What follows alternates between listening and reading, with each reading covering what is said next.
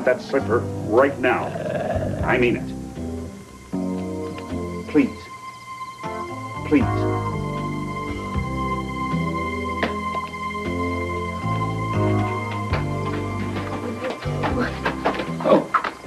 Oh, Lester.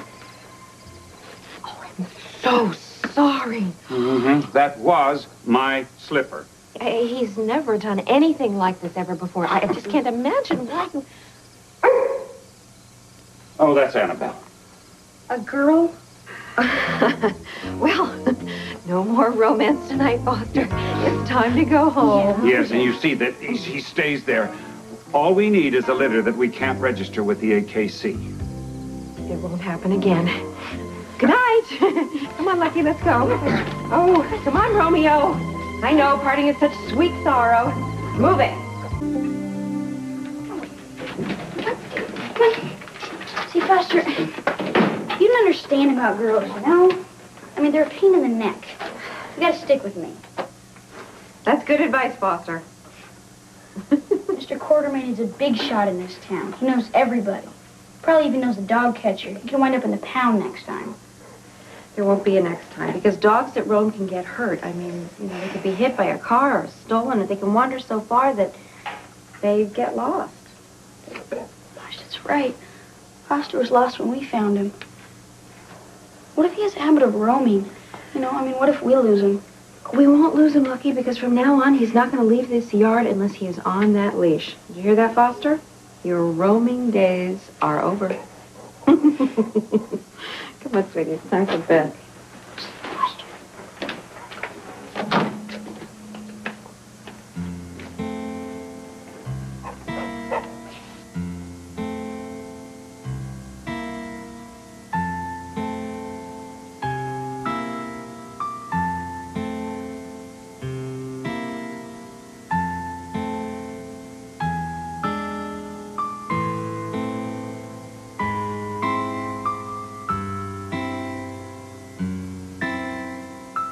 It seems like several other of our neighbors have also been approached about their houses. Well, Dr. Phillips' concerns are well placed. Done some research on my own, and what I've uncovered won't do anything to ease anyone's mind. What did you find out? Well, I know who's behind this invasion. The corporation that owns the dummy companies is owned by Edward and A.J. Quartermain, Lee Baldwin, and Jack Boland. They're the ones that are buying up this land? It's interesting, isn't it? You know, after Laura looked through the real estate transactions in the paper and noticed that there were 3 companies responsible for all the property buyouts in the Charles Street area, and we couldn't find phone numbers or addresses for any of them. And I went to Albany and, you know, just to take a look at the incorporation papers. They were dummies, too. I followed that paper trail all the way back here to Port Charles. Do you have any idea how much progress they've made? Take a look at this. This is what's gone. It's bordered by a high school on one side and a park on the other. That's a big piece of land. Look. So what do the Quartermains need with that much property in this area? Why don't I go find out?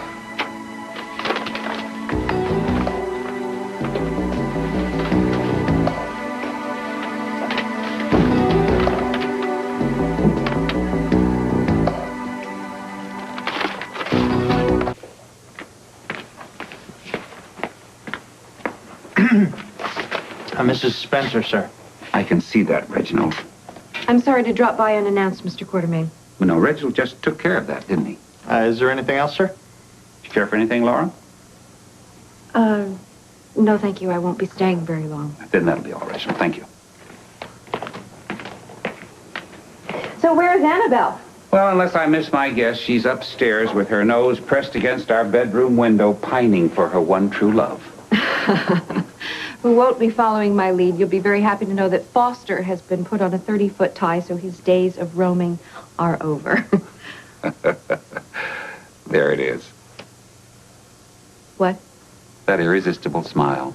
Do you know that that's the only reason I kept you on as a secretary all those long years ago? Because as a secretary, you gave a new meaning to the word dreadful. I did, didn't I? So, what can I do for you, Laura? Well, Mr. Quartermain, I'm here about my neighborhood. It's been brought to my attention that you and Jack Boland and AJ have been purchasing all the property in the Charles Street area, and I just wanted to know why. Where have you been getting your information? Are you denying it? No, I'm just asking why, when something untoward happens in a neighborhood, that you feel that you have to come here and lay it at my door. All right. Justice Ward and I have been looking into who's been buying what. And 3 dummy corporations have been traced back to one company owned by the 3 of you. And Lee Baldwin. I see. And call me cynical, but I somehow doubt that your sudden interest in our neighborhood stems from an inclination towards historical preservation, so that leaves what? That I can't discuss. Is there anything you can discuss, Mr. Quartermain? Yes. ELQ has plans for the neighborhood. Beneficial ones. Beneficial to whom? To the residents of the district.